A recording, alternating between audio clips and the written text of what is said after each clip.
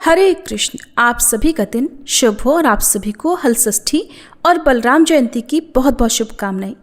हिंदू धर्म में हर साल भाद्रपद मास के कृष्ण पक्ष की षष्ठी तिथि को हर छठ का त्यौहार मनाया जाता है, जिसे हल षष्ठी, कमर छठ, राधर छठ या फिर छठ महारानी का व्रत भी कहते हैं। और हल षष्ठी का व्रत संतान की दीर्घायु और उनकी संपन्नता के लिए किया जाता है। विशेष रूप से हमारे देश के उत्तर भारत में इस व्रत को धूमधाम से रखा और मनाया जाता है। इस दिन माताएं संतान की लंबी उम्र के लिए इस व्रत को रखती हैं और पूजा करती हैं। इस व्रत को करने से संतान पर आने वाले सभी संकट दूर हो जाते हैं। मान्यता है कि इस दिन भगवान कृष्ण के बड़े भाई बलदाऊ का भी जन्म हुआ था। ऐसी मान्यता है कि द्वापर युग में श्री कृष्ण के जन्म से पहले शेषनाग ने बलराम के रूप में जन्म लिया था। बलराम जी का शस्त्र हल है, इसलिए इस दिन महिलाओं को हल से जुती हुई जमीन पर चलना या हल से उत्पन्न हुई सामग्री को उपयोग करना वर्जित माना जाता है। वैसे तो इस व्रत को केवल वही स्त्रियां करती हैं जिनको पुत्र होता है, लेकिन जिन महिलाओं का गर्भ बार बार नष्ट हो जाता हो तो उन्हें भी इस व्रत को धारण करने से दीर्घायु और स्वस्थ संतान की प्राप्ति होती है। हालांकि इस व्रत को आधुनिक समाज में सभी लोग रख सकते हैं, चाहे उनका पुत्र हो या पुत्री हो। इस शुभ दिन दीवार पर गाय के गोबर से हर छठ का चित्र भी बनाया जाता है, जिसमें श्री गणेश, लक्ष्मी, भगवान शिव, देवी पार्वती, गंगा, यमुना आदि के चित्र बनाए जाते हैं। हर छठ बनाने में झरबेरी, ताश और पलाश की एक एक शाखा का इस्तेमाल किया जाता है। पूजा में 7 प्रकार के भुने हुए अनाज का भोग लगाया जाता है और इस व्रत में महिलाएं प्रत्येक पुत्र के आधार पर 6 छोटे मिट्टी के बर्तनों में 5 या 7 भुने हुए अनाज या सूखे मेवे भरती हैं और अंत में हर छठ की कथा सुनती हैं। इस व्रत में गाय के दूध का इस्तेमाल पूरी तरह से वर्जित माना जाता है और भैंस के दूध से बने दही, मक्खन, घी आदि का ही प्रयोग किया जाता है। और इस दिन महिलाएं तालाब में उगे पसही या तिन्नी के चावल या पचहर के चावल खाकर व्रत रखती हैं। केवल वृक्ष पर लगे हुए खाद्य पदार्थ के ही सेवन की अनुमति होती है। विशेष रूप से महुए के फल का सेवन इस व्रत में किया जाता है। आइए अब आपको सुनाते हैं हल षष्ठी के व्रत में सुनी जाने वाली कुछ प्राचीन कथाएं, जिनके बिना यह व्रत अधूरा माना जाता है। पहली कथा के अनुसार प्राचीन काल में एक ग्वालिन थी। उसका प्रसव काल अत्यंत निकट था। एक ओर वह प्रसव से व्याकुल थी तो दूसरी ओर उसका मन गौरस अर्थात दूध और दही बेचने में लगा हुआ था। उसने सोचा कि यदि प्रसव हो गया तो गौरस यूं ही पड़ा रह जाएगा और खराब हो जाएगा। ये सोचकर उसने दूध दही के घड़े सिर पर रखे और बेचने के लिए चल पड़ी, किंतु कुछ दूर पहुंचने पर ही उसे असहनीय प्रसव पीड़ा शुरू हो गई। तब वह एक झरबेरी की ओट में चली गई और वहां उसने एक बच्चे को जन्म दिया और उस बच्चे को वह वहीं छोड़कर पास के गांव में दूध दही बेचने चली गई। संयोग से उस दिन हल षष्ठी थी। गाय भैंस के मिश्रित दूध को वह केवल भैंस का दूध बताकर गांव वालों को बेच आई। गांव वाले भोले भाले थे, उसकी बातों पर विश्वास कर लिया। उधर जिस झरबेरी के नीचे उसने बच्चों को छोड़ा था, उसके समीप ही खेत में एक किसान हल जोत रहा था। अचानक उसके बैल भड़क उठे और हल का फल शरीर में घुसने से वह बालक मर गया। इस घटना से किसान बहुत दुखी हुआ, फिर भी उसने हिम्मत और धैर्य से काम लिया। उसने झरबेरी के कांटे से ही बच्चे के चिरे हुए पेट में टांके लगाए और उसे वहीं छोड़कर चला गया। कुछ देर बाद ग्वालिन दूध बेचकर आ पहुंची। बच्चे की ऐसी दशा देखकर उसे समझते देर नहीं लगी कि ये सब उसके पाप की ही सजा है। वह बड़े दुखी मन से सोचने लगी कि अगर मैंने झूठ बोलकर गाय का दूध ना बेचा होता और गांव की स्त्रियों का धर्म भ्रष्ट ना किया होता तो मेरे बच्चे की यह दुर्दशा नहीं होती। इसलिए मुझे लौटकर सब बातें गांव वालों को सच सच बताकर प्रायश्चित करना चाहिए। ऐसा निश्चय कर वह फिर वापस उसी गांव में पहुंची जहां उसने दूध दही बेचा था। अब वह गली गली घूमकर अपनी करतूत और उसके फलस्वरूप मिले दंड का बखान करने लगी। तब स्त्रियों ने स्वधर्म की रक्षा के लिए और उस पर रहम खाकर उसे क्षमा कर दिया और आशीर्वाद दिया।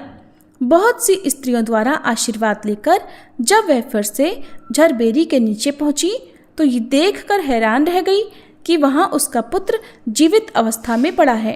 तभी उसने स्वार्थ के लिए झूठ बोलने को ब्रह्म हत्या के समान समझा और कभी झूठ न बोलने का प्रण कर लिया। हलषष्ठी व्रत की दूसरी कथा के अनुसार एक बार काशीपुरी में देवरानी और जेठानी रहा करती थी। देवरानी का नाम तारा और जेठानी का नाम विद्यावती था। तारा अत्यंत उग्र स्वभाव वाली और विद्यावती अत्यंत दयालु थी। एक दिन दोनों ने ही खीर पकाकर ठंडा होने के लिए खीर को आंगन में रख दिया और बातें करने अंदर बैठ गई। तभी दो कुत्ते खीर देखकर खाने लगे। आवाज सुनकर दोनों देवरानी जेठानी बाहर आई तो उन्होंने खीर को कुत्तों द्वारा खाते देखा। विद्यावती अपनी खीर को जूठन जानकर बची हुई खीर को भी कुत्ते के सामने फिर से डाल आई। उधर तारा ने दूसरे कुत्ते को एक कमरे में बंद कर दिया और उसे खूब मारने लगी। जैसे तैसे वह कुत्ता अपनी जान बचाकर बाहर भागा। दूसरे दिन दोनों कुत्ते एक जगह मिले और एक दूसरे का हाल पूछने लगे। इस पर विद्यावती की खीर खाने वाला कुत्ता बोला कि वह स्त्री तो बहुत ही दयालु थी, उसने तो मुझे बाकी बची हुई खीर भी खाने को दी।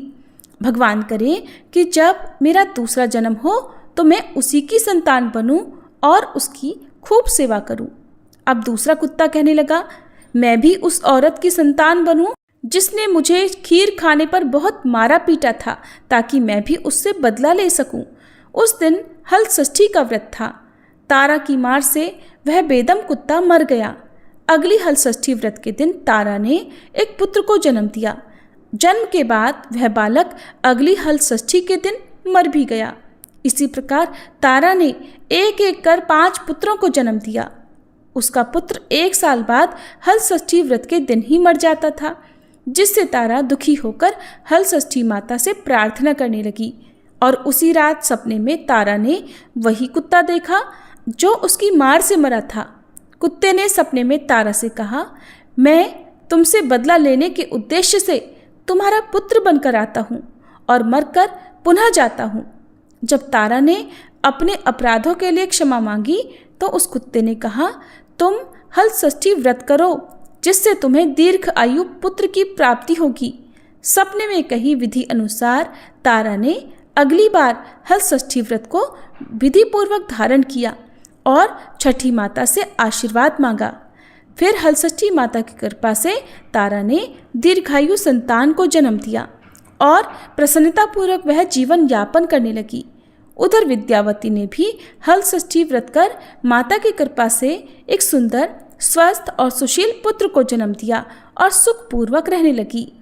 हलषष्ठी व्रत की एक और कथा के अनुसार एक बार एक राज्य में एक राजा अपने परिवार सहित रहता था। वह प्रजा के सुख दुख का बहुत ध्यान रखता था। उसके राज्य में सभी सुखी थे। राजा अपने राज्य के हर गांव में कुएं, तालाब आदि बनवाता रहता था, लेकिन सभी तालाब और कुएं हमेशा सूखे ही रहते थे, किसी में भी पानी नहीं भरता था। इस कारण से राजा हमेशा चिंतित रहता कि कोई तो ऐसा उपाय होगा कि जिसके करने से पानी की समस्या हल हो जाएगी। एक दिन राजा ने अपने दरबार में सभा बुलाई और पानी के विषय में मंत्री और सलाहकारों से चर्चा कर रहा था कि अचानक तभी एक आकाशवाणी हुई, हे राजा, तुम अपने इकलौते पुत्र की बलि दोगे तभी तुम्हारी इस समस्या का हल होगा, वरना तुम हमेशा ऐसे ही पानी के लिए चिंतित रहोगे। इस आकाशवाणी को सुनकर दरबार में बैठे सभी लोगों को आश्चर्य हुआ और सभी लोग दुखी भी हो गए। सभी सोचने लगे कि यदि इकलौते राजकुमार की बलि दे दी जाएगी तब तो राजा का वंश ही खत्म हो जाएगा। अब राजा बहुत ही चिंतित और व्याकुल होने लगा। रात में राजा विचार करने लगा कि यदि मैं अपने पोते की बलि दे दूं तो कैसा रहेगा। इससे आकाशवाणी की बात भी पूरी हो जाएगी और मेरा वंश भी बच जाएगा, क्योंकि मेरे बेटे के जीवित रहने से भविष्य में और भी पोतों का जन्म हो सकता है। फिर तो राजा अपने मन में यही निश्चय करके सो गया। अगले दिन हलषष्ठी का व्रत आया। राजा के बेटे की बहू हलषष्ठी का व्रत रखती है। इधर राजा सोचने लगा कि मैं बहू से उसके पुत्र को बलि के लिए कैसे मांगूं। कोई माँ अपने पुत्र को बलि के लिए भला कैसे दे सकती है, और वो भी आज के दिन, जबकि माताएं अपने पुत्र के सुख सौभाग्य और दीर्घायु के लिए व्रत रख रही हो।